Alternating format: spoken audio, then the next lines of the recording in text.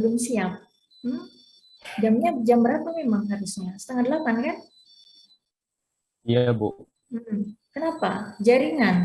Atau apa masalahnya? Nggak tahu juga.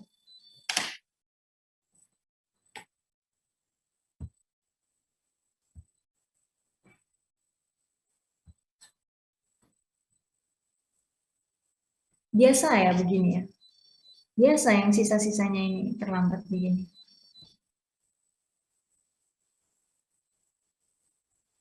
Apa kepagian mulainya? Enggak kan? Emang 7:30 kan?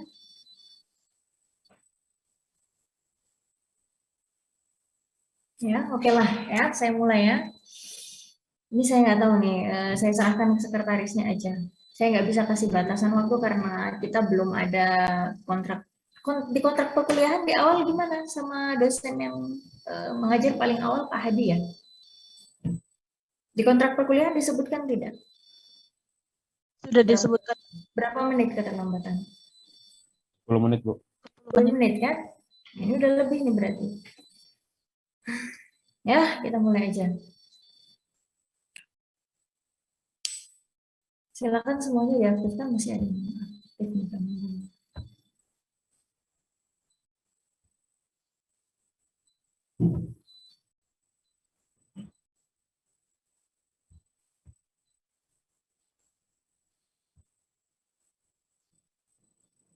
Sekarang belum aktif banyak nih. Tania, Bintang, Mila, Maulida.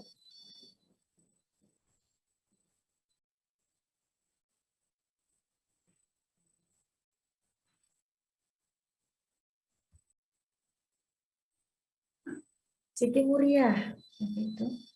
Diva, Azahra,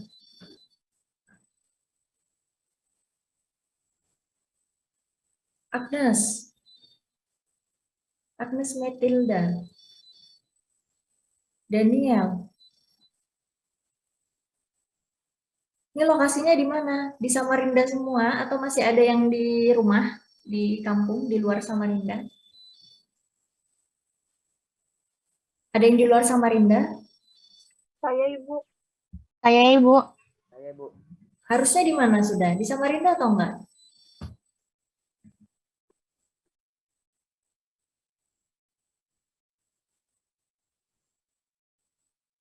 Yesa, Sira, Anggun, Eka Nurrahmah,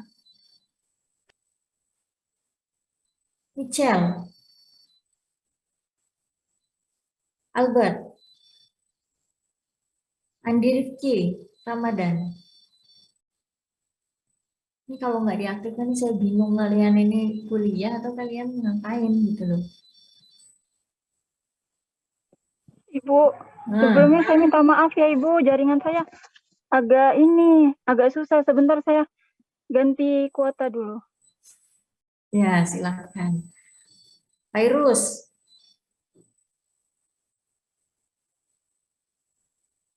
nggak mulai-mulai nih kalau kalian nggak aktif ini.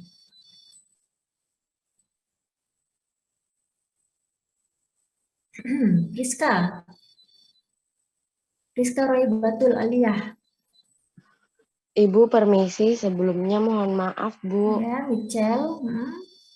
Kenapa minta maaf? Jaringan saya lagi jelek, Bu. Jaringan Sebentar kamu ya, yang Bu. jelek? Oke. Iya.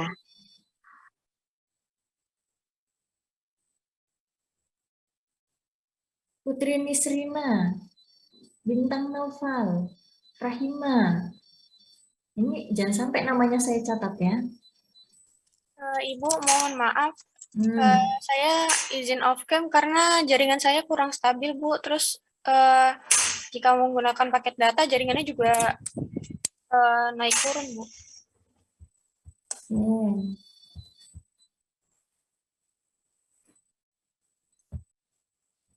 Oke ya. Masih ada yang di luar Samarinda ya? Memang nggak apa-apa. Memang ketentuan dari fakultas sudah disampaikan belum di awal. Nggak apa-apa di luar Samarinda atau harus di Samarinda. Saya nggak tahu nih. Saya nanya. Karena saya sering lihat nih, saya sering mondar-mandir di lab baru, saya banyak ngelihat mahasiswa baru yang pakai alma mater itu. Kan berarti sebagian sudah ada di kampus. Kan? Sebagiannya masih belum. Kenapa yang belum ini? Belum ada ke kampus atau pulang balik? Habis pulang kampung kemarin hari Minggu. Pulang kampung, Bu. Oke ya.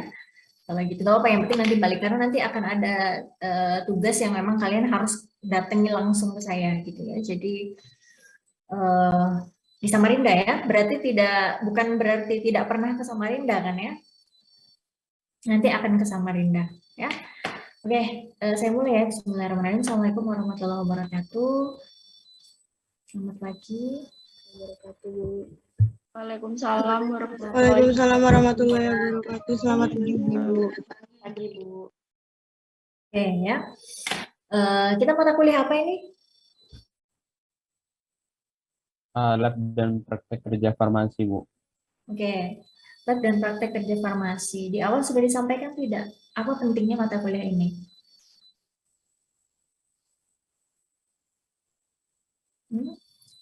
Atau kalaupun nggak disampaikan kan kalian sudah berapa pertemuan? Sudah 8 pertemuan. Kira-kira sudah bisa mengambil sari-sari lah atau sudah bisa menyimpulkan kira-kira buat apa sih mata kuliah ini saya ikuti, untuk apa saya dapatkan, apa pentingnya? Silakan. Izin menjawab, Bu. Tujuannya itu adalah pertama untuk mengetahui apa saja cara kerja bahan dan termasuk alat-alatnya sebelum memasuki lab di semester ke depannya.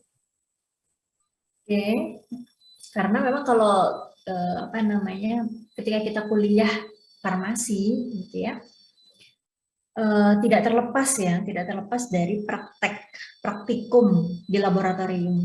Sebelum misalnya kalian masuk ke dalam lab, tidak sama sekali kalian kosong, tidak sama sekali kalian apa istilahnya mungkin buta lab gitu ya, tidak tahu menahu apa sih bahan-bahan yang ada di dalam lab, bagaimana pengelolaan di dalamnya, bagaimana cara bekerja di dalamnya gitu ya. Setidaknya ini bisa dijadikan sebagai basic nanti sebelum kalian masuk di lab gitu ya, untuk perkuliahan iya, nanti pun ketika lulus, ketika bekerja juga pasti masih tetap berkaitan ya. Nah, untuk pertemuan saya kali ini masih berkaitan dengan dengan tema sebelumnya. Yang sebelumnya siapa dosennya? Dosennya udah lupa. Jawab, Bu. Ya. Siapa? Bu Lisma Febrina, Bu. Bu Lisma. Sudah kelihatan belum slide-nya? Sudah, Ibu. Oke ya. Ibu Lisma, nah kemarin dari Ibu Lisma apa yang disampaikan?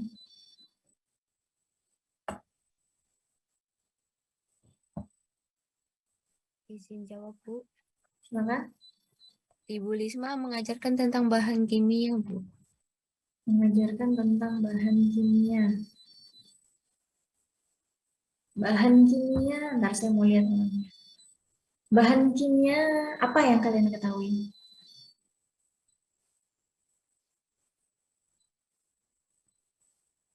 Mengenai kategorinya, Bu. Kategorinya Praja Setia. Panggilannya apa? Praja, Praya? Raha? Raja boleh. Praja. Kategorinya, oke, ada yang mau menambahkan kategori seperti apa? Seperti simbol-simbol bahan kimia yang ada di labelnya itu, Bu. Contohnya, Nurul? Seperti simbol toksik, terus mudah meledak, mudah terbakar, kayak itu, Bu.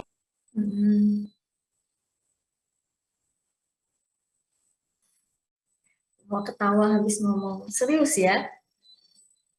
Ya, Bu, serius. Oke.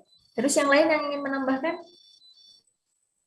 Izin menjawab, Bu, sama Bu Lisma juga diajarkan tentang bahan farmasi kemarin sama bentuk sediaannya.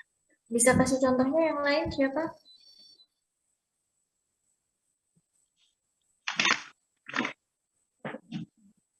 Cindy, mau ngomong? Cindy lagi. Ya, saya mau suaranya, bukan mau senyumannya. Nggak jadi. Ya, silakan Aji Arda. Ke bentuk sediaan obat, Bu, kayak tablet, bedak, terus Bedak. Ulveres, sediaan tetes mata, obat tetes gitu, Bu. Itu sediaan farmasi ya. Kalau tadi Ya. contoh bahan kimianya mungkin ada.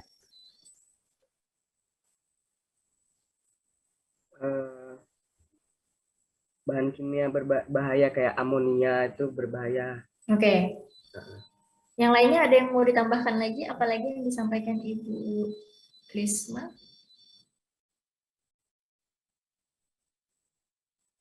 Saya ingin menambahkan sedikit, Bu. Silakan. Sebelumnya perkenalkan, nama saya Adam Abdurrahman dari Farmasi Klinis B 2022. Kemarin Bu Lisma menyinggung terkait definisi bahan kimia, Bu.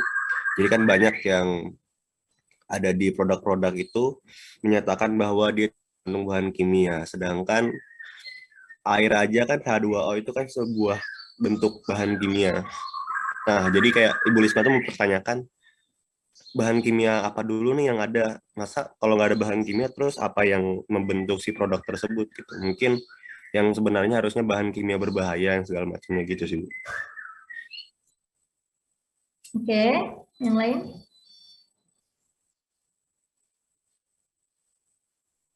Izin menambahkan, Bu. Silakan. Ibu Lisma juga menyinggung tentang produk jadi farmasi, yaitu terbagi menjadi obat-obatan, kosmetik, pangan fungsional, dan jamu. Oke, basicnya ya, karena nanti kalau misalnya kalian masuk ke mata kuliah lebih lanjut, itu secara detail akan dijelaskan di mata kuliah farmasetika ya, dan lain sebagainya. Nah, ini kan basic gitu ya, jadi mungkin tidak terlalu detail.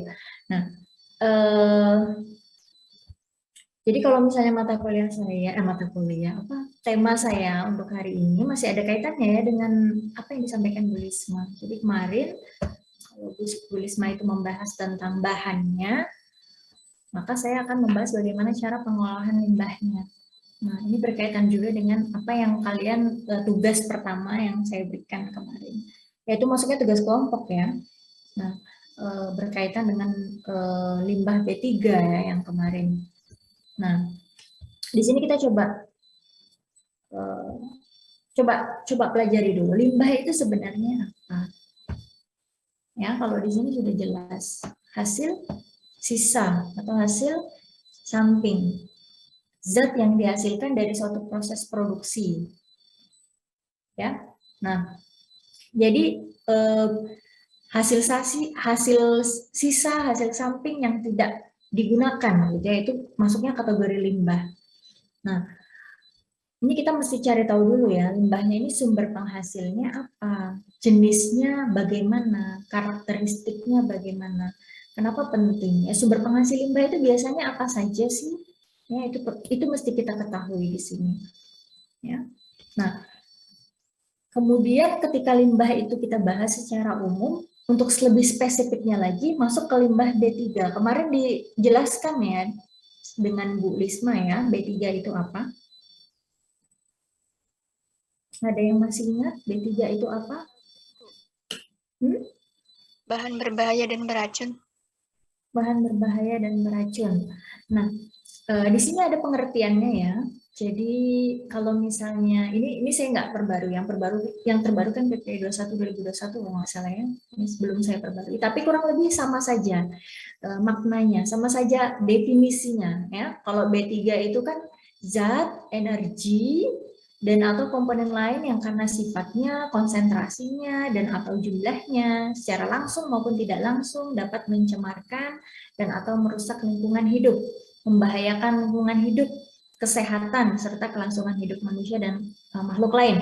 Nah, itu adalah B3. Kalau limbahnya berarti adalah sisanya dari kegiatan.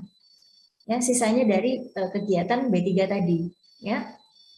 Nah, di sini kalau misalnya kita mau detailkan, karena sifatnya, konsentrasinya, secara langsung maupun tidak langsung. Kalau langsung itu berarti sifatnya apa?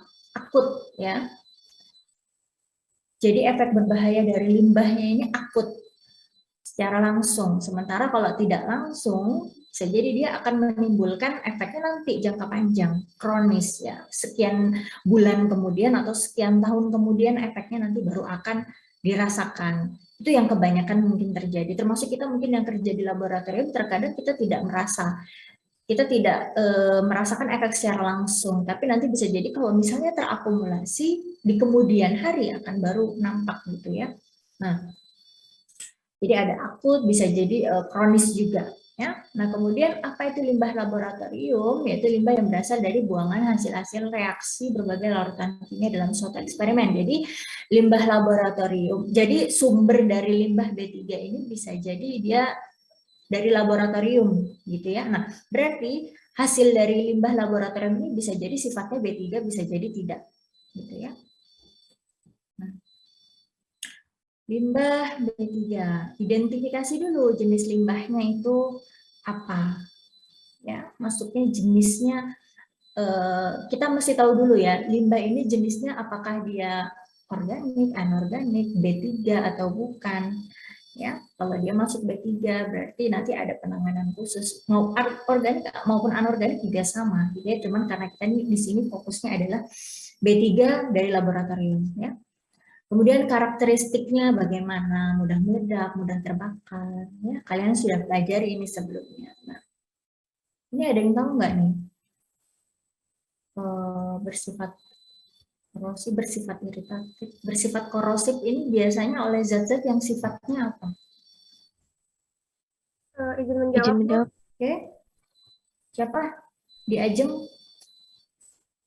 Karsinogenik itu yang bersifat yang apa bisa menyebabkan kanker, Bu. Korosif, bukan karsinogenik. Oh, korosif itu dia apa namanya? Iritasi gitu nah, Bu. Itu ada lagi tuh iritatif di sini. Bersifat korosif, ada iritatif.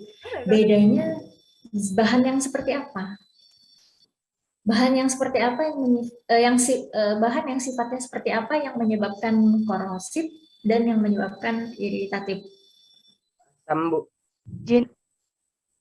Kenapa Aji Arda? Zat yang bersifat asam tuh biasanya korosif, Bu. Oke, kalau yang iritatif? Kurang tahu saya, Bu. Sebaliknya, ya, basah. Ya, limbah infeksius ini berarti limbah-limbah tertentu, jenis-jenis tertentu yang dapat menginfeksi ya. Karsinogenik tadi sudah disebutkan sama di Ajeng, yang dapat menyebabkan kanker. Kemudian mutagenik, apa itu? Saya, Bu, izin jawab, Bu. Limbah yang dapat menyebabkan perubahan kromosom. Kromosom?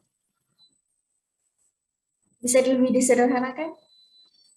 Seperti apa maksudnya? Mutasi? Jawab, Bu. Pengaruh pada genetik, Bu. Secara genetik bisa menyebabkan terjadinya mutasi atau perubahan ya. Kemudian teratogenik itu apa? Izin menjawab, Bu. Oke. Bisa menyebabkan keguguran. Teratogenik. Oke, salah satunya. Yang lainnya contohnya? Izin menjawab, Bu. Kecatatan dari lahir, Bu. Oke, jadi makanya terkadang untuk ibu-ibu hamil gitu ya perlu diperhatikan ya. Jadi kalau misalnya bekerja di laboratorium, pengolahan limbah dan lain sebagainya, apakah bahannya ini kira-kira bersifat teratogen, mempengaruhi janin ya, baik di dalam kandungan maupun nanti ketika lahir, apakah mempengaruhi nanti kecacatan secara mental, fisik. Jadi kecacatan tidak hanya fisik yang nampak saja ya, tapi juga mentalnya gitu ya. Nah, kemudian dari mana kita ketahui, yaitu melalui uji toksikologi. Ya, kita bisa melakukan uji toksikologi yang melakukan tes pengujian LD50. LD50 ini lethal dosis 50. Jadi kira-kira kalau misalnya pengujiannya ini kita melihat kira-kira bahan tersebut bisa menyebabkan kematian pada 50% populasi hewan. Kita menggunakannya hewan ya, ataupun kalau pengujian in vitro biasanya kita menggunakan jentik nyamuk atau kita menggunakan larva udang. Ya, LD50 kita melihat di sini bagaimana potensi suatu bahan itu ternyata bisa bersifat toksik. Ya.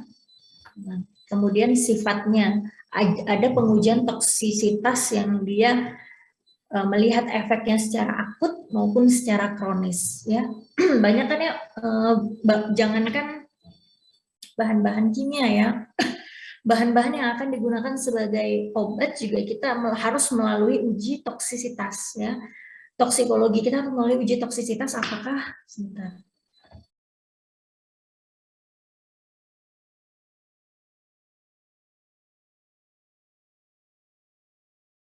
Ya, apakah diuji secara toksisitasnya secara akut dan kronis ya. Sorry.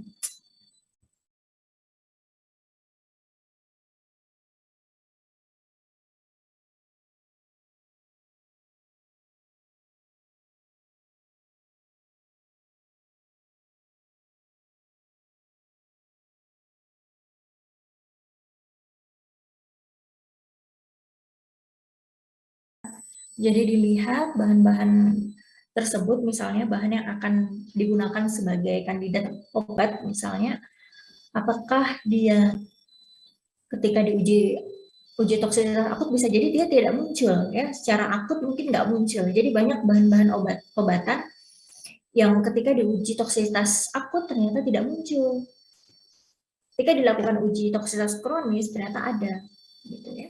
Nah, ini belum lagi uji toksisitas spesifik, misalnya tadi uji teratogenik tadi ada juga, ya. Jadi macam-macam untuk melihat potensi suatu bahan itu bersifat toksik atau tidak, ya. Nah, kalau untuk fase limbahnya di sini ada gas, ada cair, ada padat, ya. Nanti bisa kalian cek sendiri, ya. Sumber limbahnya tadi di awal sempat disampaikan, sumber limbah B3 yang menghasilkan limbah B3, ya, bisa dari industri, kendaraan bermotor, pertambangan, domestik, rumah tangga ya, rumah sakit terutama juga banyak, dan laboratorium. Ya.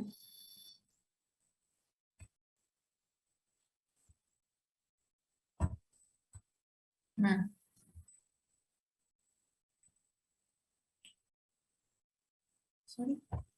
pengolahan limbah tanpa izin dan tidak sesuai ketentuan dapat menimbulkan pencemaran lingkungan. Dapat mencemari apa saja, udara, air, tanah, maka perlu dikelola. Ya. Nah, contohnya kalau misalnya dia tidak dikelola dengan baik, seperti yang kemarin kejadiannya kasusnya di Indonesia ya, Ardowo. Masih ada yang ingat? Ada mungkin satu orang yang ingin menjelaskan, menyampaikan hasil reviewnya dari apa yang disaksikan?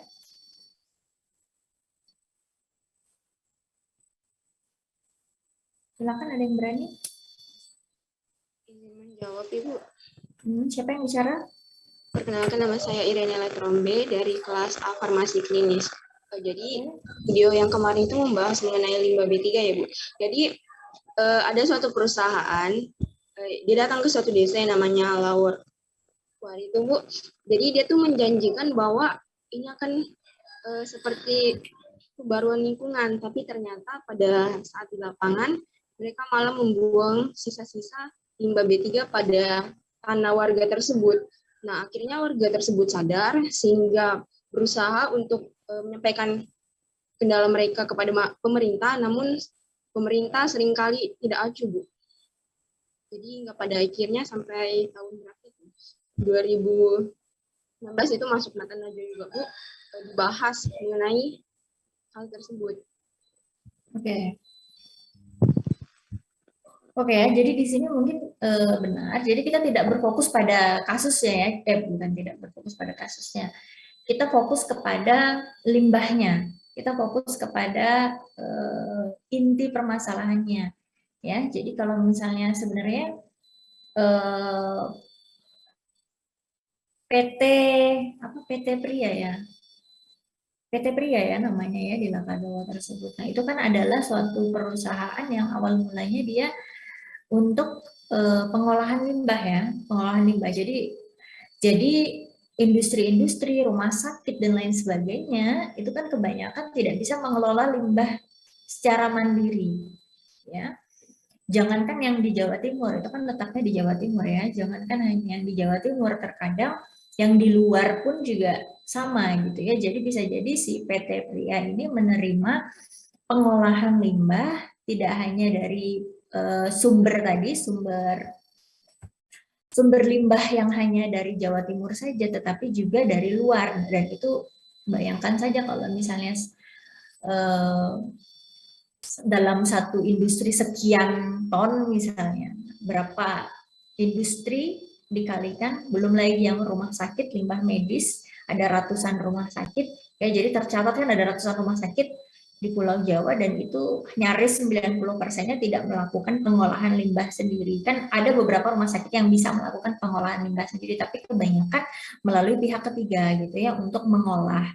Dan seperti PT Pria ini misalnya salah satunya. Ya mungkin sebenarnya seharusnya pada awal pabrik didirikan pun pada saat setiap tahapan ingin melakukan pengolahan limbah itu seharusnya ada standarnya, ada sertifikat layak untuk operasinya gitu ya, ada perizinannya gitu ya. Akan tetapi kita tidak ketahui bagaimana yang terjadi, regulasinya apakah sesuai dilakukan atau tidak gitu ya. Nah, buktinya kalau misalnya dilihat berdasarkan data lab ya yang mereka miliki, pencemarannya luar biasa ya. Jadi tidak hanya udara saja, udaranya gelap ya, dari cerobong asapnya itu ya bisa jadi hasil sisa pembakaran. Nah, kemudian tanahnya sudah tercemar ya, airnya tercemar. Nah, tanah dan air yang tercemar secara tidak langsung akan juga berpengaruh kepada makhluk hidup yang ada di sekitar, termasuk manusia. Gitu ya, makanya efeknya bisa dilihat banyak yang gatal-gatal gitu ya. Nah, kita masih belum tahu efek jangka panjangnya bagaimana karena itu hanya hitungan sekian tahun saja ya.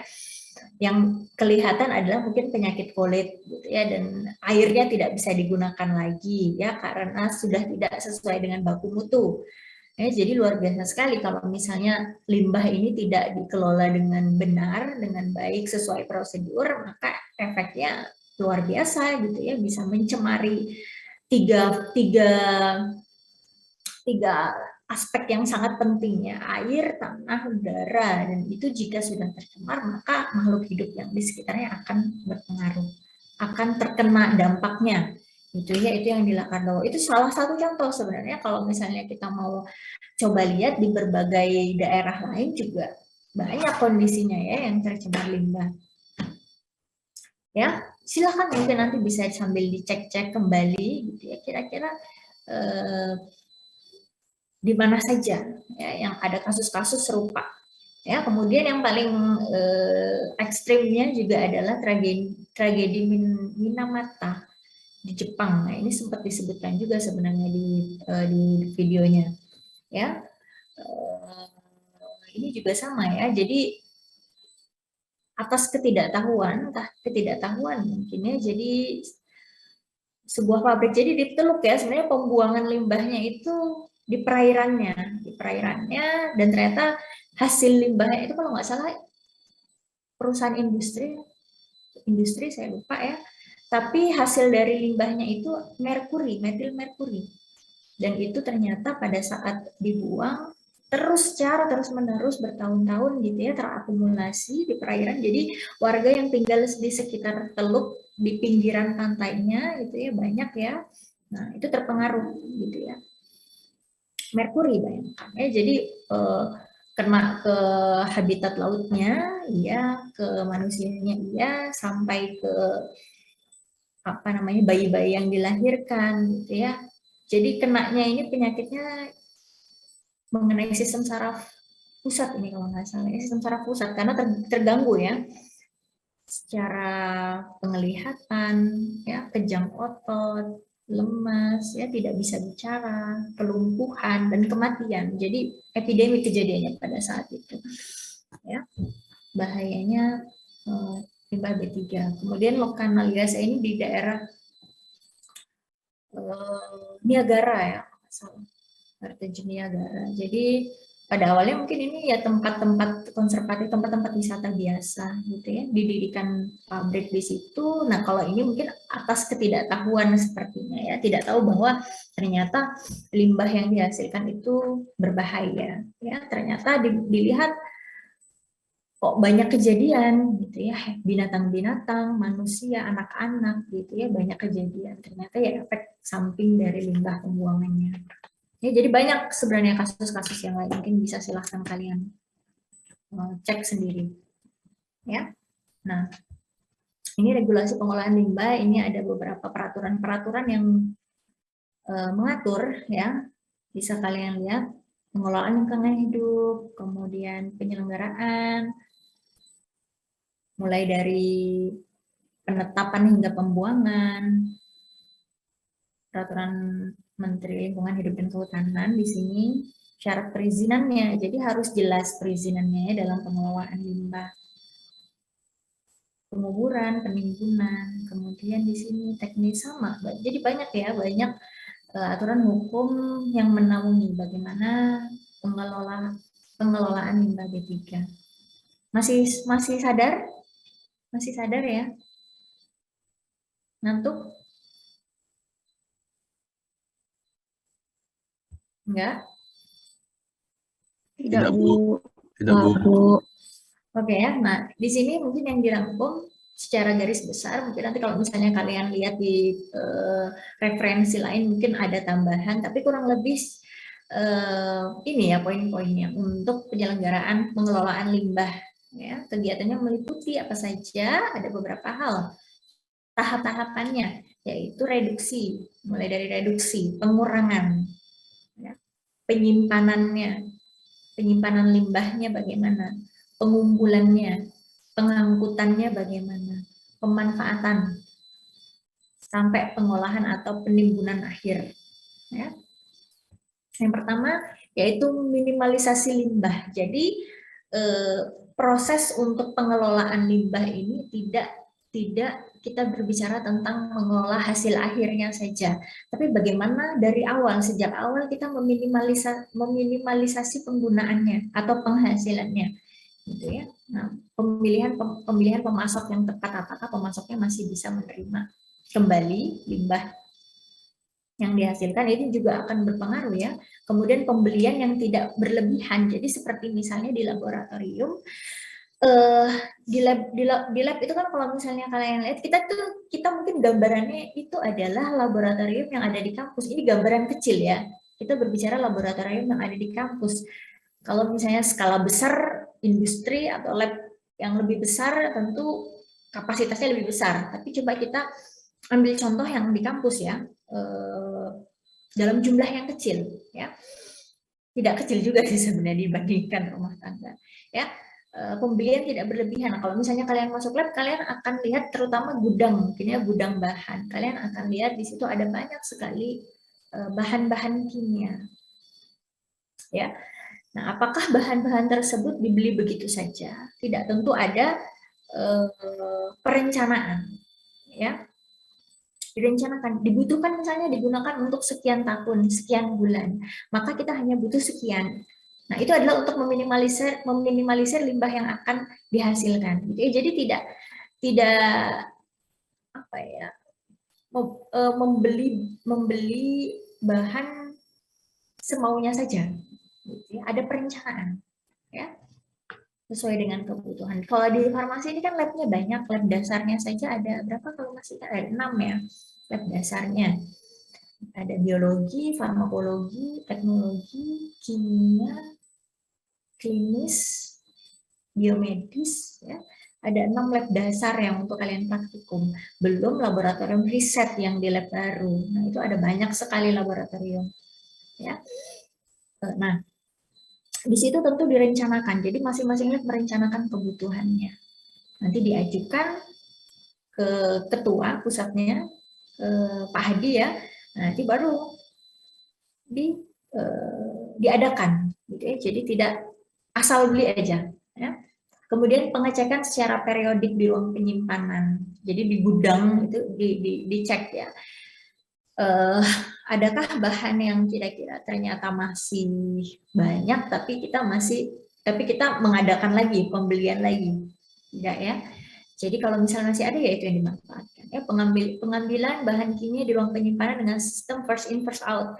Jadi bahan-bahan yang lebih dulu masuk ke gudang maka itu yang lebih dulu digunakan.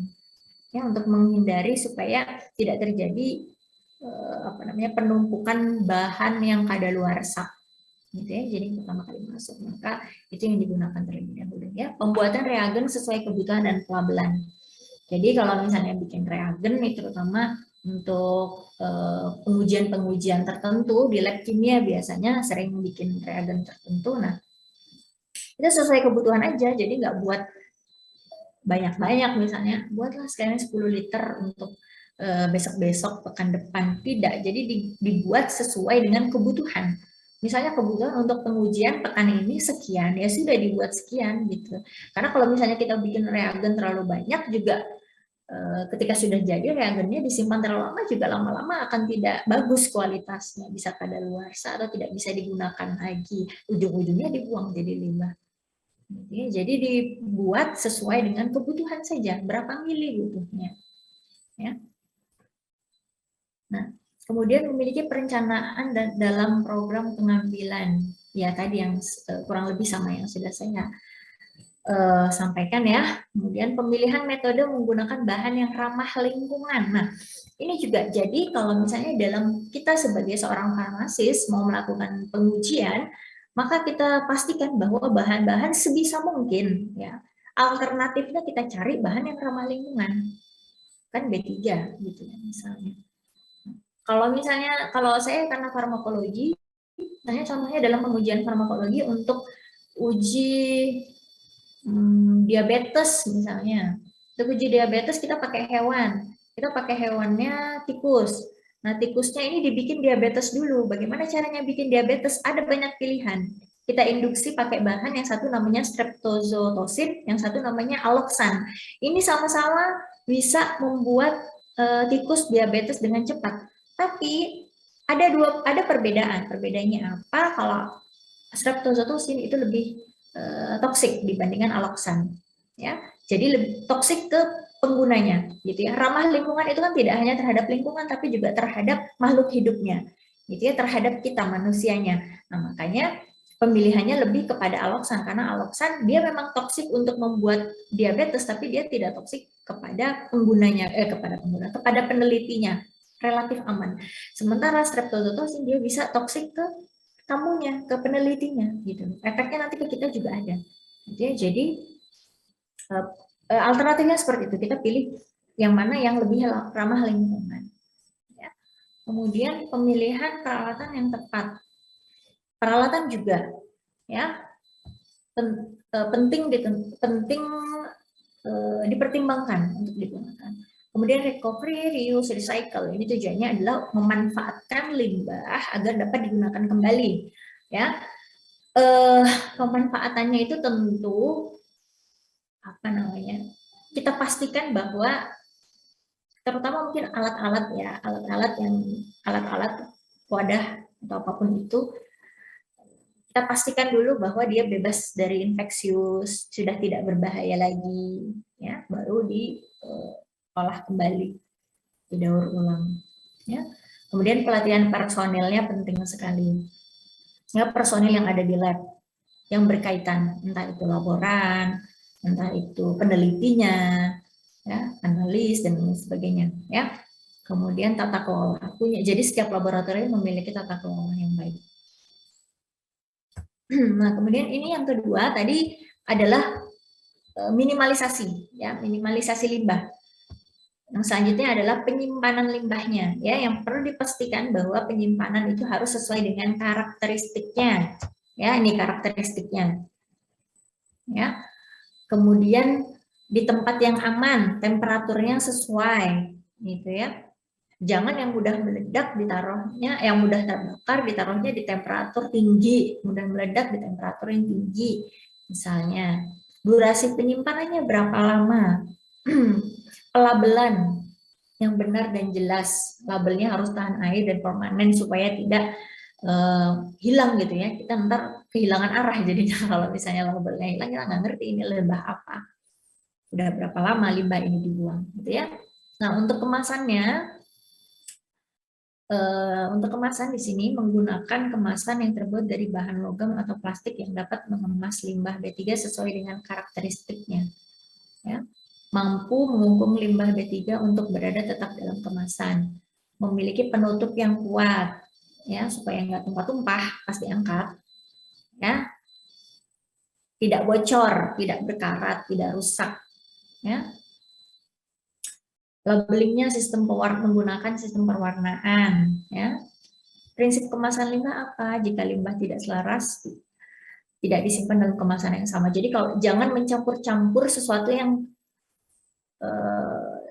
yang berlawanan dalam satu wadah. Kalau misalnya di lab itu ya, di lab dasar itu biasanya kita pakai ada jerigen-jerigen yang kuat ya, bahan plastiknya yang tebal gitu ya. Jadi biasanya kalau di lab saya itu kan lab klinis itu kebanyakan mungkin limbahnya limbah-limbah biomedis, limbah-limbah darah ya, atau hasil apa namanya, habis pengujian SGOT, SGPT, kreatinin gitu-gitu ya, limbah biomedis yang relatif tidak terlalu berbahaya tapi mungkin bisa infeksius ya. Jadi mungkin penyimpanannya sementara kita aman jika menggunakan jerigen-jerigen. Kebanyakan gitu kalau di setiap lab, mungkin kalau kalian lihat tempat penyimpanan sementara ya, bukan penyimpanan permanen, tempat penyimpanannya itu kebanyakan kita taruh di wadah-wadah seperti itu yang kuat, yang tutupnya kuat juga, labelnya jelas, diberi tanda itu apa ya. Untuk bekas-bekas kalau di lab farmakologi itu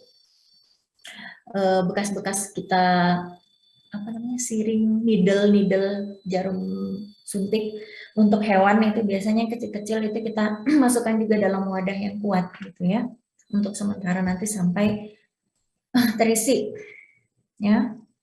Jika kemasan rusak biasanya harus dikeluarkan dan dikemas kembali. Ya, nah, kemudian ini adalah klasifikasinya, kalian sudah tahu seharusnya, ini kemarin seharusnya sudah disampaikan Bu Risma ya. Ini contohnya pengklasifikasian juga, misalnya ini berarti labelnya bisa ditaruh ya di kemasannya. Nah, ini untuk limbah medis biasanya ada simbol biohazardnya seperti ini ya, ada perbedaan kode warnanya. Ya. Limbah benda tajam tadi jarum, siring, pisau bedah misalnya. Berbeda ya. Untuk limbah-limbah infeksius warnanya kuning. Kemasannya seperti itu, kontainer plastik kuat dan anti bocor ya. Kita di lab juga sama seperti itu. Limbah farmasi obat rusak kadaluarsa seperti ini ya. Warnanya coklat. Bisa ditaruh di plastik atau kontainer. Kemudian limbah sitotoksik, warnanya ungu. Ya, ini untuk limbah medis. Ya, karena karakternya ada 6 laboratorium dasar di kita, dan itu masing-masing punya spesifik limbah yang berbeda-beda. Ya. Kalau ke lab farmakologi mungkin kalian akan temui banyak limbah-limbah jarum suntik, siring, atau hewan uji yang sudah dibedah gitu ya, mungkin akan kalian temui tikus atau mencit atau organ-organnya yang sudah diteliti gitu ya. Kalian akan temui limbah-limbah seperti itu di lab farmakologi. Kalau tadi di lab klinis, farmasi klinis, limbah-limbah pengujian biomedis, darah, urin, dan lain sebagainya. Enggak urin enggak kita simpan juga sih ya, darah mungkin ya, sama hasil-hasil reagennya, reagen tadi kreatinin, SGOT, SGPT gitu ya. Nah, kemudian ini adalah pengemasannya ya, berdasarkan warna. Kalau misalnya kalian lihatnya ada yang, nah pengemasan ini tidak maksimum ya. Jadi kalau misalnya disimpan dalam kemasan tadi saya katakan jerigen, botol, atau seperti ini ya, ember atau apa yang padat seperti ini, tidak diisi full tapi 3/4-nya. 3/4 itu 75% ya diisinya. Ya. Nah, kemudian ini adalah contoh ruang pendingin untuk penyimpanan limbah B3 berupa limbah infeksius. Nah, jadi kayak limbah-limbah infeksius itu bukan di ruang yang biasa, tapi dengan suhu tertentu ya, ruang pendingin paling tidak 0 derajat Celcius lah ya. Nah, ini limbah B3 dengan karakteristik infeksius bla bla bla, ini 2 hari pada temperatur lebih besar dari 0 derajat Celcius, 90 hari pada temperatur sama dengan atau lebih kecil dari 0 derajat Celcius. Jadi ada ketentuan untuk suhunya. Ya. Ini untuk durasinya. Ya. Bisa kalian baca sendiri nanti. Sampai di sini bisa dipahami? Bisa dipahami ya? Bisa dipahami sampai di sini? Bisa, Bu. Ada pertanyaan? Bu. Cukup ya? Oke, siapa? Sebelumnya, perkenalkan nama saya Margery Novelia Marlindire, Bu, dari kelas B umum. Saya ingin bertanya tentang limbah sitotoksik itu biasanya ditemukan di mana ya, Bu? Dan contoh limbahnya seperti apa? Terima kasih, Bu. Limbah sitotoksik, ada yang tahu? Sitotoksik. Sito itu apa? Segera, Bu. Sito segera. Sito.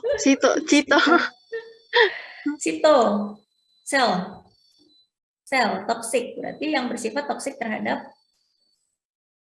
sel. Ya enggak? Sitotoksik. Jadi limbah-limbah yang dia sifatnya bisa menyebabkan toksik terhadap sel di mana saja gitu ya. Di lab manapun bisa saja ada bahan-bahan yang dia dapat menyebabkan toksik pada sel tubuh kita seperti yang tadi saya sampaikan ya, di lab farmakologi misalnya ada bahan yang namanya streptozotocin. Nah, itu tidak hanya toksik terhadap hewan ujinya saja, tapi kita penggunanya juga bisa terpengaruh. Gitu ya. Bisa dipahami ya? Sitotoksik. Sel tubuh terhadap terhadap makhluk hidupnya, terhadap manusianya, ya, sel manusia. Ya. Oke, sampai di sini cukup? Sudah selesai yuk.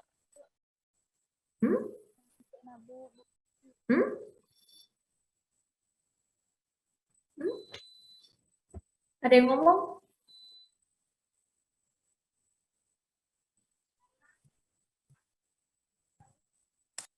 Ada yang bicara?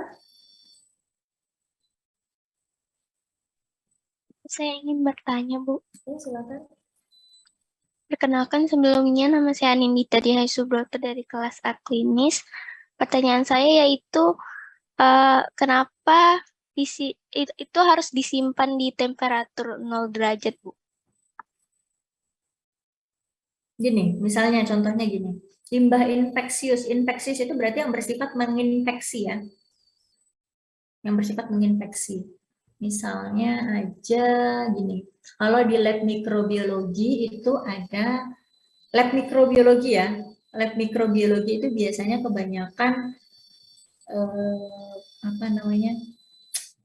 di lab mikro itu banyak peremajaan penumbuhan bakteri, virus, jamur dan lain sebagainya. Itu infeksius atau tidak? Ada yang infeksius, ada yang tidak. Ya, ada yang infeksius, ada yang tidak. Nah, misalnya contohnya Salmonella typhi gitu. Nah, sudah digunakan nih. Kita habis menguji nih. Kita habis menguji efek obat misalnya. Efek obat tertentu terhadap Salmonella typhi. Seperti saya sekarang lagi pengujian salah satu bahan alam untuk mengobati tipes. Nah, otomatis menggunakan bakteri Salmonella typhi. Nah, saya sudah selesai pengujian. Ya, sudah selesai pengujian. Lantas saya apakan itu sisanya yang masih ada di cawan Petri ini, masih ada masih ada agar, di dalamnya masih ada bakterinya. Mau saya apakan? Saya buang gitu aja di wastafel. Ntar kalian yang lagi cuci tangan di situ besoknya langsung sakit. Tidak, ya. Jadi disimpan sementara. Simpan sementara kalau misalnya kita menyimpan dia di suhu ruang atau hangat gitu ya. Bakterinya akan terus tumbuh terus, makin banyak, gitu ya. Dia berkembangnya dengan cepat ya, 1 kali 24 jam aja udah bertambah sekian entah sekian populasinya tuh si bakterinya Salmonella typhi. Nah, bagaimana untuk menghentikan pertumbuhannya dengan kita mainnya di suhu gitu ya. Salah satunya. Jadi ada beberapa cara untuk menghentikan pertumbuhannya, salah satunya adalah dengan suhu. Jadi dengan suhu yang sangat ekstrim rendah ya itu bisa menghentikan pertumbuhannya sampai nanti dia diproses di pembuangan di pengolahan akhir. Sampai sini paham? Paham, Bu. Terima kasih, Bu. Ibu, saya izin bertanya. Namanya Perkenalkan, nama saya Jasmine Zakia. Saya izin bertanya, Bu, kan Ibu tadi ada bahas tentang penanganan limbah. Nah, kalau penanganan limbah pada zat cair yang berbahaya itu bagaimana ya, Bu? Terima kasih. Nanti ya di akhir. Belum sekarang. Baik, Bu. Ya, nah ini ruang penyimpanannya tadi di wadah, dia sudah dimasukkan di wadah, kemudian wadah itu kan tidak sembarangan kita taruh ya, ada ruang penyimpanannya lagi, ya. Tempat yang cukup dingin tadi, ventilasinya jelas, terus terlindung dari genangan air dan hujan, nggak kena banjir. Kalau di kita mungkin Samarinda harus hati-hati ya, karena hujan dikit banjir. Ya, jadi memang harus diperhatikan tempat penyimpanannya. Kalau di lab depan itu, di lab biologi itu sangat rawan ya di depan, karena kalau misalnya hujan sedikit, biasanya lab biologi duluan tuh yang kena banjir. Ya. Jadi itu perlu diperhatikan juga. Kemudian alarmnya, jadi kalau misalnya ada asap, dia bisa mendeteksi tidak disimpan dengan bahan yang bersifat oksidator. Jadi kalau misal bahan yang oksidator bisa mengoksidasi, mudah terbakar ya. Nah, kemudian dan seterusnya kalian baca saja ya. Nah, syarat ruang penyimpanan limbah ini kurang lebih tadi yang sudah disampaikan. Ya. Ada pemadam. Penyimpanan limbah ini juga lebih baik kalau misalnya ada tempat untuk menganalisa ya, tempat untuk menganalisa apakah limbah ini kategorinya bagaimana gitu ya, untuk mengetahui kategori limbahnya, apakah dia berbahaya, kurang berbahaya gitu ya, atau masih bisa diolah kembali misalnya. Itu juga sebenarnya lab analisa lab itu juga sebenarnya untuk menentukan nanti penanganannya bagaimana. Ya. Kemudian pengumpulan limbah ya, syarat lokasi pengumpulannya di sini. Ukurannya, lokasinya jauh dari fasilitas umum dan ekosistem. Kalau yang di Lakardowo itu kan sangat dekat ya dengan ekosistem, sangat dekat dengan tempat tinggal warga. Ya. Ini sampai jam berapa ya? Sampai jam berapa? Izin jawab, Bu. Jam 9:10, Bu. 9:10, masih banyak waktunya. Ya, syarat lokasi pengumpulannya ini ada jaraknya, nanti kalian bisa baca sendiri. Ya. Nah, pengangkutan. Nah, ini juga menjadi penting, pengangkutan ya, menggunakan, jadi pengangkutan misalnya kayak di Lakardowo itu kan, PT Pria yang di Lakardowo itu kan dia tempat pengolahan akhir. Nah, dia mengambil bahan-bahan limbah hasil dari industri, rumah sakit, lain sebagainya. Nah, itu kan diangkut ya, dari rumah sakit diangkut, dari industri diangkut ke PT Pria, limbah-limbahnya. Nah, itu transportasinya harus jelas bagaimana pemindahannya. Ya, pastikan bahwa tidak mengalami kebocoran, gitu ya. Sama juga limbah yang kalau di sini sementara kita limbahnya itu masih dikelola sendiri, terutama farmakologi ya, mungkin masih dikelola sendiri. Kalau limbah di ITB dulu saya kita kumpulkan jadi satu, kemudian nanti akan ada pihak ketiga pengelolaan limbah seperti PT Pria itu ya. Jadi nanti mereka yang angkut, mereka yang datang, mereka yang ambil. Oke, jadi kebanyakan gitu. Untuk pengangkutan itu biasanya dari perusahaan pengelola limbahnya yang menjemput ya dengan kendaraan yang memang sudah sesuai dengan standar. Jadi yang perlu kalian ketahui tadi saya sampaikan dari beberapa tahap tadi, mulai dari awal sampai pengangkutan, penyimpanan, dan lain sebagainya itu ada ketentuannya, ya ada ketentuannya semua, ada izinnya, pengangkutan pun ada izinnya. Ya, nah ini spesifik untuk angkutannya. Ini ada prosedurnya, ada kelayakannya ya, serta kelayakan operasinya. Ya.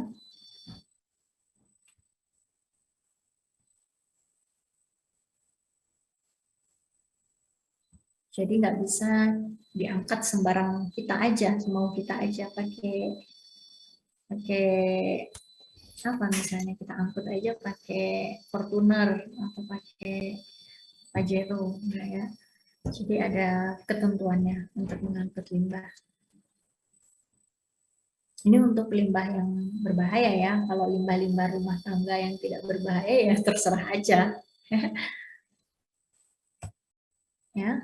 Kemudian pengolahannya. Nah, di sini. Jadi yang perlu saya sampaikan bahwa saya itu tidak mengadakan kuis ya. Saya tidak mengadakan kuis dan saya tidak menerima perbaikan. Saya nggak suka kalau misalnya nilai sudah keluar di akhir baru nanti sibuk minta tuh ada perbaikan, tidak. Saya nggak kasih perbaikan. Makanya benar-benar tugasnya dikerjakan dengan benar, jangan copy paste. Kalau ketahuan copy paste, lihat punya temannya atau lihat yang ada di internet, saya tahu, saya bisa tahu. Ya, saya kasih 0 langsung. Ya, nah kemarin ada tugas kelompok sudah masuk ya, nilainya masuk. Nah, kuis saya tidak adakan kuis. Ya, saya tidak adakan kuis, tapi saya adakan tugas pengganti kuis. Tugas pengganti kuisnya ini. Ya, jadi di pengolahan ini nanti tolong kalian jabarkan di sini. Ya, yang pertama di sini adalah jadi untuk pengolahan itu macam-macam tadi. Jadi berdasarkan kepada karakteristik dari limbahnya. Ya, bisa dikelola secara fisika, secara kimia, termal, biologi, atau ditimbun. Nah, kalau misalnya secara fisika ini macam-macam, ini kalian jabarkan nih nanti. Kalau filtrasi contohnya apa? Filtrasi itu apa? Sedimentasi bagaimana? Absorpsi bagaimana? Penyaringan bagaimana? Sentrifugasi ya. Jadi ini, di poin ini nanti kalian kerjakan tugas individunya. Ini nanti ditulis tangan. Ya. Ditulis tangan, dikumpulkan langsung ke saya. Kumpulnya kolektif aja mungkin nanti. Jadi satu di ketua kelasnya. Ya. Jadi nanti tolong dijabarkan. Ya, fisika, kimia, termal, insenerator. Insenerator ini tadi yang saya sempat bahas ya. Apa namanya, menggunakan panas, dibakar gitu ya. Seperti misalnya kalau di lab farmakologi itu tadi hewan-hewan tadi yang saya sampaikan bahwa di sini mungkin kita masih apa namanya, bekas-bekas, bukan bekas ya, hewan-hewan yang telah dibedah, telah diambil organ-organnya yang sudah selesai dilakukan pengujian, itu kita kebanyakan masih ditimbun ya. Jadi pengolahan akhirnya ditimbun. Penimbunan itu pun ada syaratnya. Jadi kita tidak boleh dekat dengan apa namanya, sumber air ya. Harus jauh ya. Dan kedalamannya juga ada aturannya. Nah, sementara kalau di ITB itu kita menggunakan insenerator. Jadi limbah bangkai hewan dan organ itu kita jadikan satu dulu di dalam freezer. Jadi dibekukan dulu tadi karena dia supaya tidak bersifat infeksius ya. Karena kalau misalnya habis pengujian hewan itu kan macam-macam. Hewan itu ada yang dia habis dibikin supaya sakit, misalnya dibikin sakit autoimun, dibikin dia sakit tadi tipes, dibikin sakit berbagai macam. Kalau misalnya kita buang, masukkan dalam plastik, kita biarkan saja, nah itu bisa jadi nanti bersifat infeksi terhadap orang sekitar. Oke, jadi dia disimpan di dalam freezer, dibekukan ya sampai nanti sudah memenuhi, sudah terpenuhi tadi 75% atau 3/4 dari alat bekunya. Jadi freezernya cukup besar ya. Nanti kalau misalnya sudah sudah 75%, maka nanti akan diangkut oleh pihak ketiga. Tadi yang saya sampaikan untuk diinsenerasi ya, untuk dibakar menggunakan insenerator. Ya. Bisa dipahami sampai sini? Ada yang ingin ditanyakan? Ibu, saya izin bertanya, Bu. Silakan. Untuk yang thermal itu saya masih kurang mengerti ya, Bu. Kalau untuk inseneratornya saya sudah mengerti, tapi thermalnya itu bagaimana ya, Bu? Thermal itu artinya apa? Ada yang bisa bantu jawab? Mungkin temannya yang lain. Panas, Bu. Panas. Jadi gini loh. Maksud saya itu di sini gini, kalau misalnya kalian lihat, ini pengolahan secara fisika, contohnya filtrasi, sedimentasi, bla bla bla. Pengolahan secara kimia, contohnya koagulasi, oksidasi, ya. Nah, kemudian thermal, secara thermal, panas, berarti dengan insenerator salah satu contohnya. Insenerator ini contoh dari pengolahan secara thermal. Paham? Ya. Paham, Ibu. Jadi subnya. Secara biologi, aerobik, fotogenetik, ya. Disposal, penimbunan, bisa ditimbun, bisa pembuangan air, bisa ke udara. Nah, thermal ini kan juga apa ya namanya? Ada aturannya ya. Insenerator ini ada aturannya ya. Jadi sebentar.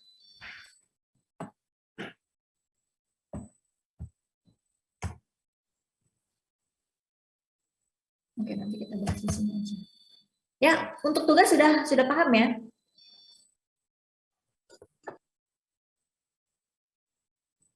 Tugas sudah paham? Nggak ada pertanyaan?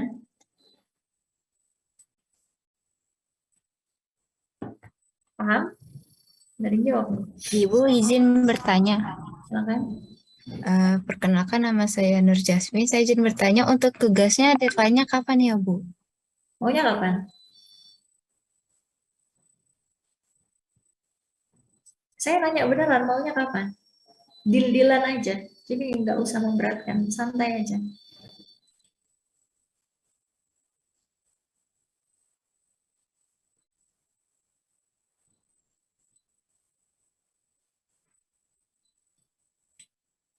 Maunya kapan? Ketuanya maunya kapan?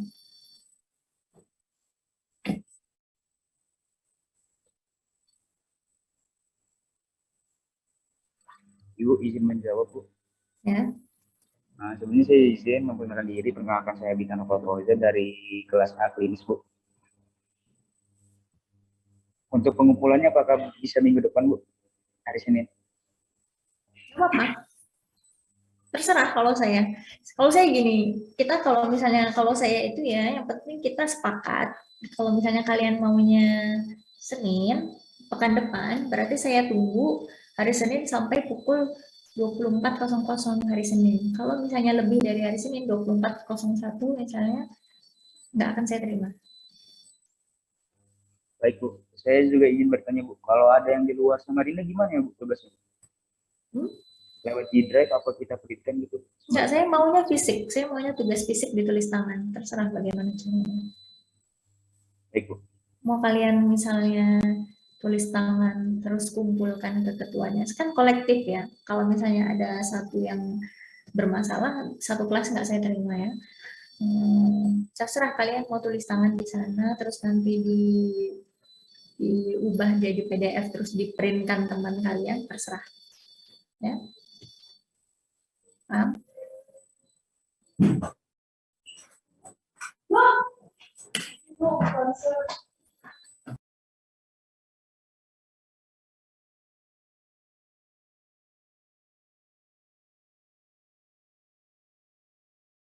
Gimana? Ada pertanyaan? Cukup? Permisi Bu, izin bertanya Bu.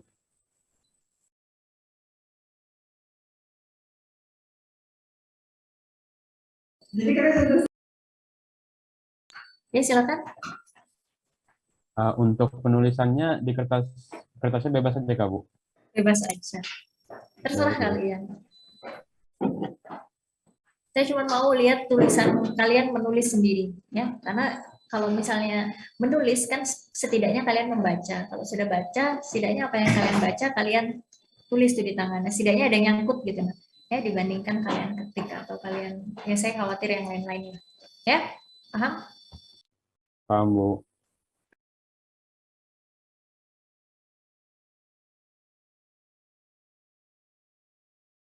Oke, ya, lanjut. Oke. Pembuangan. Ya, sebelum dibuang tadi misalnya di akhir, ya, setelah proses pengolahan misalnya pembuangan, sebelum dibuang kita pastikan bahwa sudah bisa aman dibuang ke lingkungan, gitu ya. Jadi ada pengujian, ya, makanya baku mutu itu penting untuk kita lihat. Nah, ini insinerasi, oke, harus direkam, oke, kurang lebih aturannya ya. Nah, ini tadi kalau misalnya laboratorium tidak bisa melakukan pengolahan sendiri, maka dibantu oleh pihak ketiga. Ya. Perusahaan pengelola limbah. Seperti PT Pria itu, ya. Nah.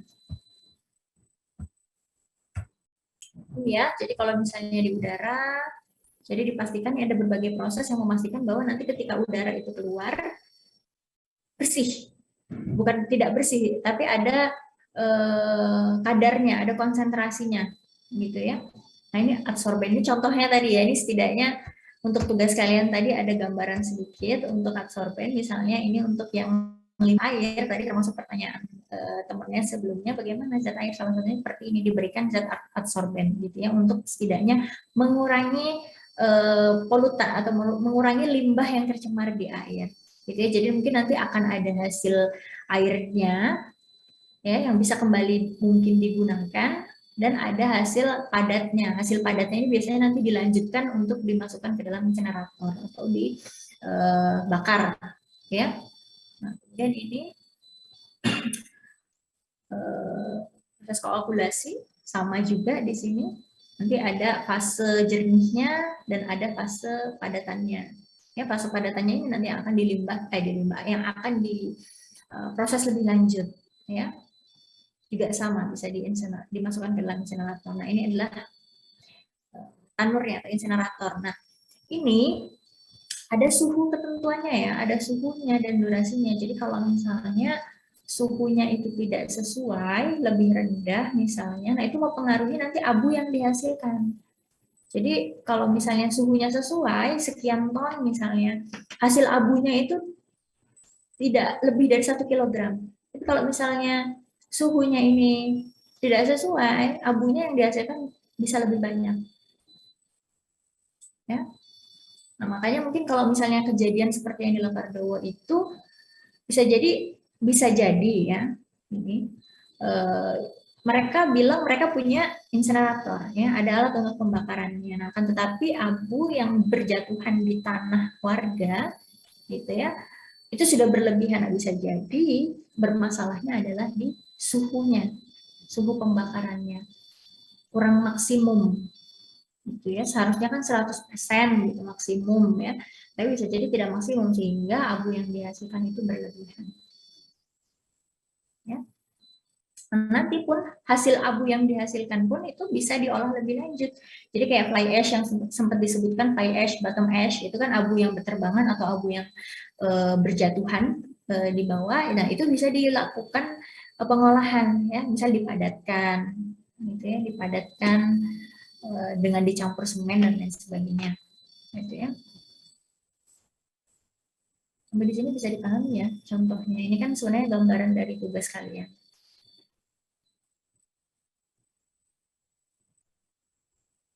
Ya, bisa dipahami? Bisa, Bu. Bu.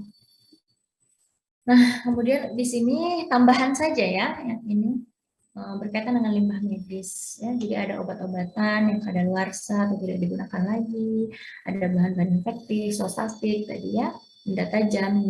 Jadi ini adalah sumbernya. Jadi limbah medis ini sumbernya ada banyak, ini bisa kalian baca sendiri.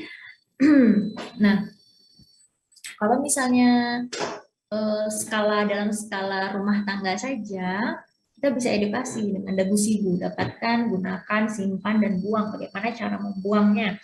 Ya, kalau misalnya obat-obatan kadaluarsa yang sirup misalnya, yang tablet misalnya, harus labelnya harus dibuang, labelnya harus dibuka gitu ya, dibuka dari kemasan, gitu ya, dihancurkan terlebih dahulu. Ya. Sementara kalau misalnya untuk obat-obatan antibiotik biasanya tidak dibuka ya, tidak dibuka dari kemasannya ya. Jadi ada berbagai macam caranya. Nah, ini kalau misalnya untuk cara untuk mengelola limbah secara mandiri ya. Bisa kalian lihat ini kurang lebih yang sudah dijelaskan. Ya.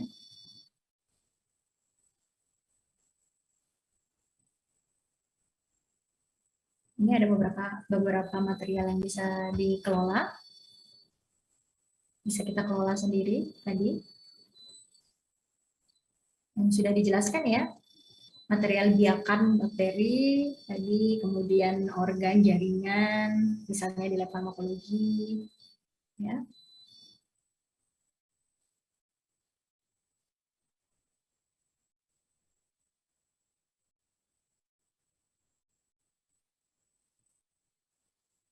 Ya, untuk siring, kalau misalnya kita buang siring juga harus dipisahkan ya antara siringnya dengan needle-nya. Ya, needle-nya itu dibuang terpisah. Nanti ada wadah khususnya sendiri. Ya.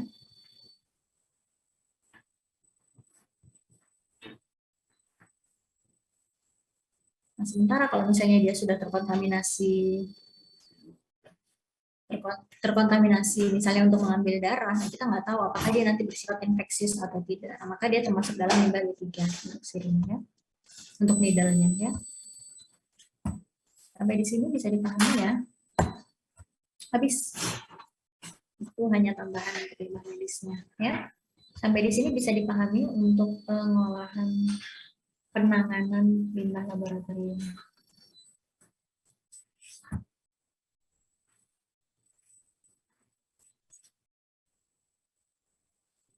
Cukup?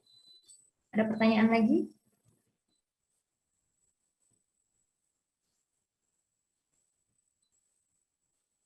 Kurang lebih sama ya. Jadi kalian harus lihat karakteristiknya, kalian lihat sifatnya ya. Bagaimana sejak awal dia jadi upaya kita untuk menangani limbah itu tidak hanya hasil akhirnya saja, tapi bagaimana meminimalisir sejak awal, ya, hingga tahap-tahapannya, penyimpanan, kemudian sampai ke penimbunan akhir. Siapa yang angkat tangan? Putri? Ibu, sebelumnya saya izin bertanya. Sebelumnya perkenalkan, nama saya Putri Nisrina Ramdhani dari kelas B Farmasi Klinis. Kan tadi disinggung Bu, cara mengenali limbah beracun melalui uji toksisitas. Namun, apakah ada cara yang lebih mudah untuk mengenali bahwa limbah tersebut adalah limbah beracun? Ya dari bahannya. Dari bahannya kan kalian sudah tahu yang termasuk ke dalam B3 itu apa saja. Ya, ada di kemasannya kan? Ada di kemasannya, ada di labelnya. Kalian sudah lihat dia termasuk kategori tersebut. Jadi kalau misalnya kita menggunakan bahan tersebut ya otomatis limbahnya juga termasuk ke dalam B3. Ya, itu simpelnya.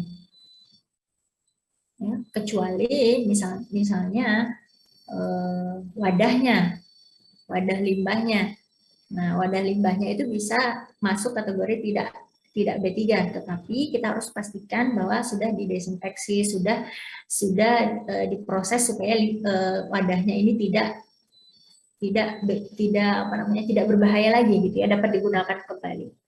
Gitu ya, kan banyak tuh ya yang di video itu kan ya, dari di Lakardowo banyak kemasan-kemasan kan ya, kemasan-kemasan limbah B3. Nah, apakah benar kemasan tersebut sudah didesinfeksi, misalnya dipastikan bahwa sudah tidak berbahaya kembali? Belum tentu ya. Jadi makanya kan kenapa ketika kemasannya itu digunakan kembali, yaitu akhirnya menyebabkan penyakit kulit, gatal-gatal dan sebagainya. Ada lagi? Ibu, saya izin bertanya. Ya. Sebelumnya perkenalkan, nama saya Dalila Ginentrin Haironi dari Farmasi Klinis A. Tadi yang di slide tentang pengelolaan, Ibu, saya agak tertarik dalam yang pemanfaatan. Nah, untuk pemanfaatan bahan kimia itu setelah menjadi limbah itu seperti apa ya, Bu? Dan apakah ada contohnya, Ibu? 3R ya. 3R. Tadi kalau misalnya kalian lihat 3R itu kan memastikan bahwa limbah dapat digunakan kembali, tetapi syaratnya adalah dia sudah terbebas dari unsur beracun, berbahaya. Ya. Nah, tadi pertama kemasannya kan bisa didaur ulang kembali, ya, dengan dipastikan dia sudah melalui rangkaian proses untuk dapat digunakan kembali. Ya, jadi bisa digunakan berbagai macam bentuk kerajinan misalnya. Ya, kalian mungkin bisa lihat hasil limbah daur ulang bla bla bla gitu ya. Nah, kemudian tadi yang limbah cair, misalnya limbah cair tadi kan ada proses yang dia ditambahkan adsorben atau dia melalui proses koagulasi. Dari situ kan ada fase padatnya. Fase padatnya nanti yang akan dibuang, yang akan proses melalui insenerator, insenerasi dibakar. Nah, sementara limbah cairnya itu ada yang bisa, jadi tidak semua, ada yang bisa digunakan kembali, ya, yang bisa dimanfaatkan kembali, gitu ya. Nanti bisa kalian lihat contoh-contohnya yang termasuk di dalamnya, ya. Kalau misalnya di laboratorium kimia biologi biasanya kita menggunakan etanol atau metanol, itu tidak hanya sekali ya untuk mengekstraksi misalnya etanol, untuk mengekstraksi simplisia. Kita tidak hanya menggunakan sekali saja. Jadi kita bisa gunakan recycle, kita bisa gunakan berkali-kali dengan dipastikan bahwa kadar dari etanolnya itu sesuai. Ya, misalnya 70% atau 96%. Kita pastikan sebelum digunakan kembali kadarnya sudah sesuai atau tidak, tapi bisa digunakan kembali. Gitu ya, jadi tidak satu kali pakai lantas langsung dibuang gitu saja, ya. Jadi pahami? Oh baik Ibu, terima kasih Bu. Ya, yang pasti perlu pengujian lab apakah masih layak atau tidak digunakan, ya. Jadi jangan asal juga, terutama ini limbah medis, limbah medis itu kadang siring, needle itu kadang masih kita gunakan lagi untuk menguji, untuk menginjeksi hewan. Itu sebenarnya kalau secara etika pengerjaan terhadap hewan itu tidak sesuai, ya, karena bisa jadi jarum yang sudah digunakan itu pertama bisa jadi dia kan sudah digunakan untuk menginjeksi hewan yang lain.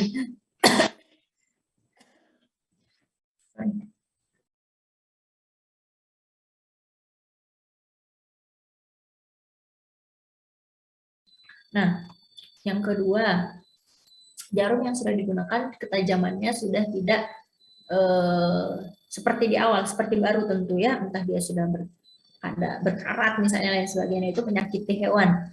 Ya, jadi yang seperti itu kita tidak bisa menggunakannya kembali. Ya, memang harus didaur ulang. Ya, memang harus dimusnahkan. Ya. Kecuali spoitnya, kalau misalnya siringnya itu hanya digunakan untuk mengambil bahan saja, sediaan biasa saja, ya, bukan untuk mengambil darah, itu masih bisa digunakan kembali. Sampai di sini dipahami bisa?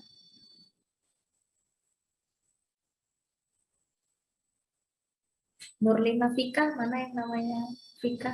Ada? Ada nggak?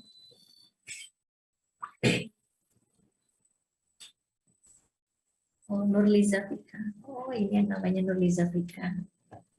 Apa kabar? Ya. Oke, yang lain? Nurliza Fika, bisa dipahami? Bisa, Bu. Bisa. Yang lain bisa dipahami ya? Oke ya, semoga bermanfaat ya untuk mata kuliah pengelolaan limbah hari ini. Jika tidak ada pertanyaan lagi, saya tutup. Ya, cukup? Cukup ya? Oke, semoga bermanfaat. Kuliahnya semangat ya. Jadi tadi yang perlu kalian perhatikan bahwa ini 249, berarti masih ada banyak teman kalian yang nggak masuk. Sekretarisnya ya, saya tandain ya. Ada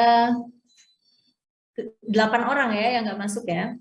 Nanti saya hitung kalau nggak sesuai, 8 orang yang nggak masuk, nanti saya lihat di absen. Kalau sekretarisnya ternyata mencontengnya berlebihan, nanti satu angkatan nanti saya alfa semuanya.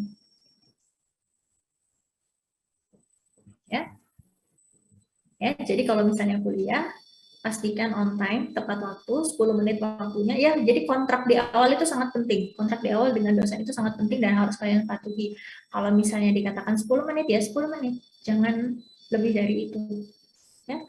Tugas, kuis, terus saya sudah mengatakan saya tidak perbaikan, ya saya tidak perbaikan. Jadi jangan lagi nanti di akhir ada yang bilang, Bu, saya mau perbaikan, bisa Pak. Cukup dipahami ya aturan saya. Ya, tugas sudah masuk, saya tinggal tunggu nanti nilai pengganti kuisnya.